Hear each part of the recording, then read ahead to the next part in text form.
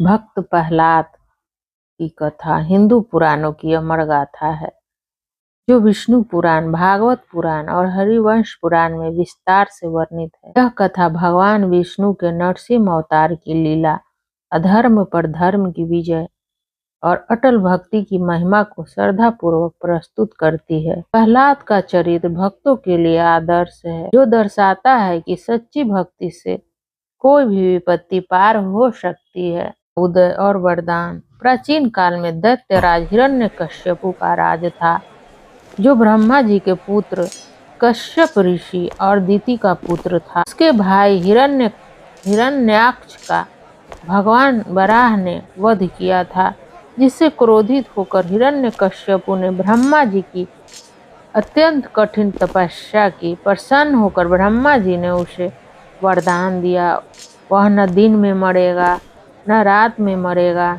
न घर के अंदर, न घर के बाहर, न मनुष्यों द्वारा, न पशुओं द्वारा, न अस्त्र से, न शस्त्र से।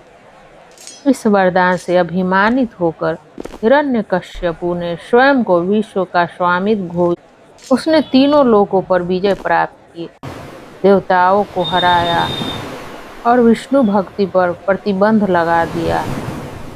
जो भी विष्णु का नाम लेता उसे मृत्यु दंड दिया जाता। भक्त प्रहलाद का जन्म और गर्भ भक्ति। हिरण्यकश्यपु की पत्नी कयाधु गर्भवती हुई। गर्भ में ही प्रहलाद ने नारद मुनि के भक्ति भजन सुने, जो कयाधु को सुनाए जाते थे। नारद जी ने कहा, हे बालक, भगवान विष्णु ही परम सत्य हैं, उसी का भजन करो। इसे प्रहलाद गर्भ में ही विष्णु भक्त हो गया। जन्म के समय प्रहलाद ने नारायण नारायण का उच्चारण किया, जिससे हिरण्यकश्यपु आश्चर्यचकित हो गया। उसने सोचा, यह बालक बड़ा होकर मेरा वंश चलाएगा। वाले काल में प्रहलाद को दैत्य गुरुओं द्वारा शिक्षा दी गई, किंतु प्रहलाद ने केवल विष्णु भक्ति सीखी। जब हिरण्यकश्यपु ने पूछा, बेटा तू किसकी भक्ति करता है? प्रहलाद बोला, पिताजी केवल विष्णु जी की। क्रोधित पिता ने कहा, मैं भगवान हूँ। विष्णु कौन है? प्रहलाद ने उत्तर दिया, भगवान हर जगह हैं, आपके हृदय में भी हैं। हिरण्यकश्यपु ने प्रहलाद को दैत्य बच्चों के साथ खेलने भेजा, ताकि वह भक्ति भूल जाए, किंतु प्रहलाद ने उन्हें भी विष्णु भक्ति भजन सिखाया। क्रोध में हिरण्यकश्यपु ने प्रहलाद को विष पिलाने का आदेश दिया। प्रहलाद ने विष को अमृत के भांति ग्रहण किया, किंतु विष का कोई प्रभाव न हुआ। भगवान विष्णु ने उसकी रक्षा की। फिर हिरण्यकश्यपु ने क्रोधित होकर पागल हाथियों के सामने उनके पैरों के नीचे प्रहलाद को फेंक दिया, लेकिन उन हाथियों ने भक्त प्रहलाद को स्पर्श भी न किया। भगवान की कृपा से वह अक्षुण्ण रह गया। हिरण्यकश्यपु ने विषैले सर्पों को प्रहलाद पर छोड़ दिया। सर्प प्रहलाद के चरणों पर आकर शांत हो गए, मानो माला पहन ली हो। लॉर्ड विष्णु दैत्यों योद्धाओं को आदेश दिया गया कि तीर भाले गदा से भक्त प्रहलाद पर प्रहार करें। सभी अस्त्र शस्त्र प्रहलाद को छूते हुए माला बन गए। हिरण्यकश्यपु ने प्रहलाद को ऊंचे महल से धकेल दिया। भगवान गरुड़ ने उसे अपनी पीठ पर उतारा।